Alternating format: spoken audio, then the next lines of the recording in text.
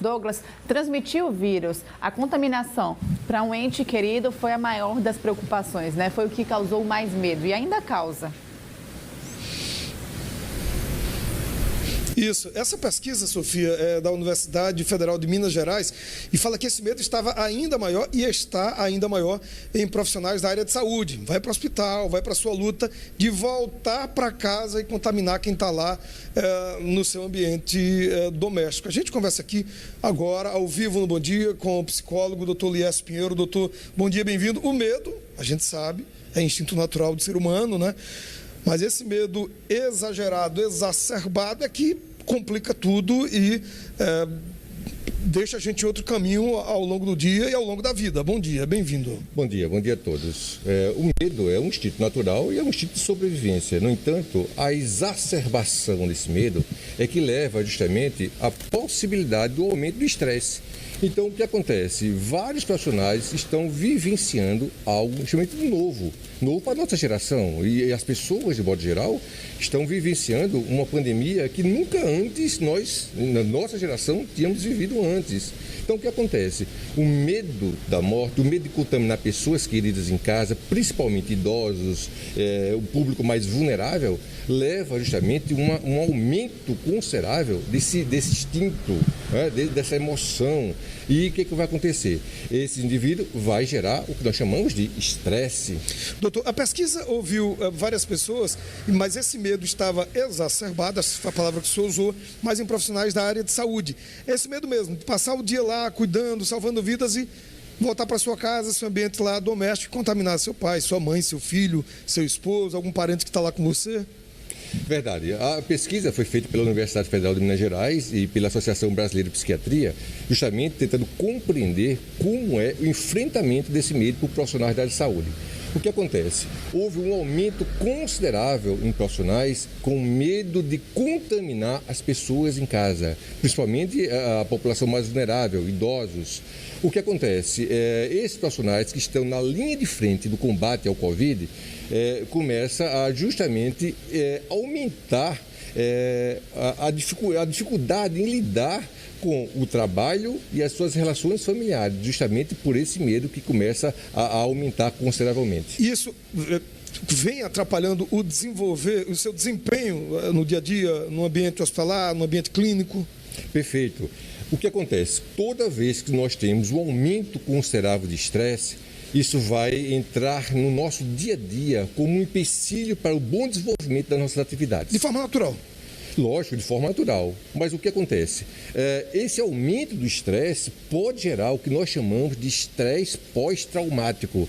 O que acontece? A finalidade da pesquisa é justamente compreender como está acontecendo isso em profissionais de saúde e principalmente na população de modo geral, para combater essa exacerbação, para combater esse medo exagerado. E esse medo exagerado se combate de que forma? Com a ajuda de que profissional? Bom, nós sempre sugerimos que pessoas que estão passando, né, por uma dificuldade ligada sempre a um medo exagerado ou até um pânico, a busca de um profissional na área da psicologia, da psicoterapia e, se necessário, uma interação medicamentosa com o psiquiatra. O papel do psiquiatra nesse momento é extremamente importante, porque vai fazer todo o controle.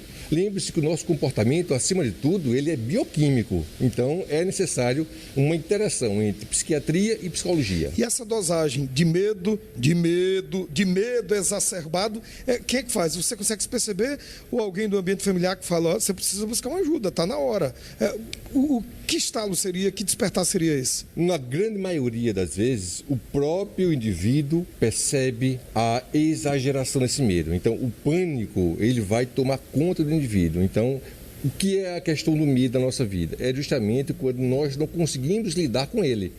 Então, o profissional que não consegue lidar, que começa a afetar, porque o estresse ele tem sintomas fisiológicos também, então começa a somatizar emocionalmente, é hora de buscar ajuda.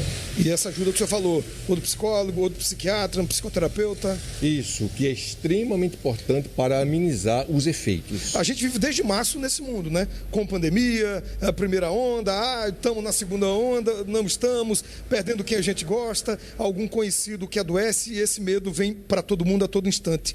A gente vai continuar vivenciando esse medo por quanto tempo? O senhor já consegue mensurar isso? Nós acreditamos que esses efeitos ainda vão acontecer mais intensamente posteriormente. Eu acredito que nos próximos 5 a 10 anos nós vamos ainda sofrer os efeitos dessa pandemia emocionalmente falando.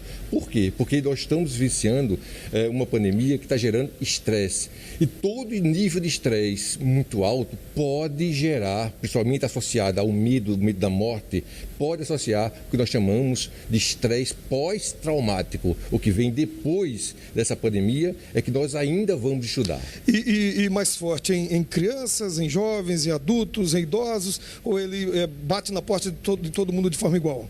Bate na porta de todo mundo. No entanto, existem níveis. Nós sabemos que os jovens são mais afoitos, os jovens têm menos uma possibilidade mais de elaboração desse medo. O que acontece? Nós estamos presenciando um fenômeno que é em crianças.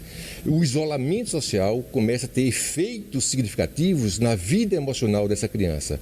E, consequentemente, os idosos, casos de depressão são associados. Então, nós vamos ter aí comorbidades. Essas comorbidades, justamente, duas patologias, 2 transtornos acontecendo simultaneamente. O senhor falou estresse pós-traumático de 5 a 10 anos, ou seja, quem está na adolescência hoje, 13, 14 anos, vai chegar na fase adulta ultrapassando essa barreira. Principalmente vivenciando crianças. isso. 9 meses de isolamento, sem escola, um convívio intenso com os pais, aulas online, tudo isso começa o quê?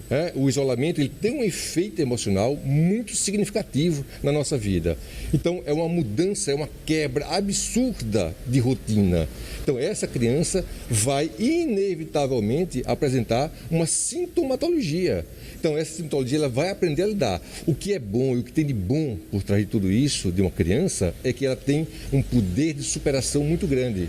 Então, nós vamos ter um grupo que vai apresentar um estresse pós-traumático e um outro grupo que vai conseguir superar. Então, cabe a todo mundo, o senhor, eu, o pai que está em casa, a mãe que está em casa, o vô, a avó, todo mundo, escola, família, dar as mãos e caminhar junto aí nesse período que você falou de meia década ou de até uma década, com todo esse problema, nesse estresse pós-traumático, né, doutor? Chegou a hora de a família estar em uma união. Nós precisamos da ajuda de todos. Esse que é importante. O que nós combatemos o estresse é o apoio, principalmente numa instituição tão importante quanto a família. Valeu, doutor. Muito obrigado. Bom dia. Até a próxima. Bom dia.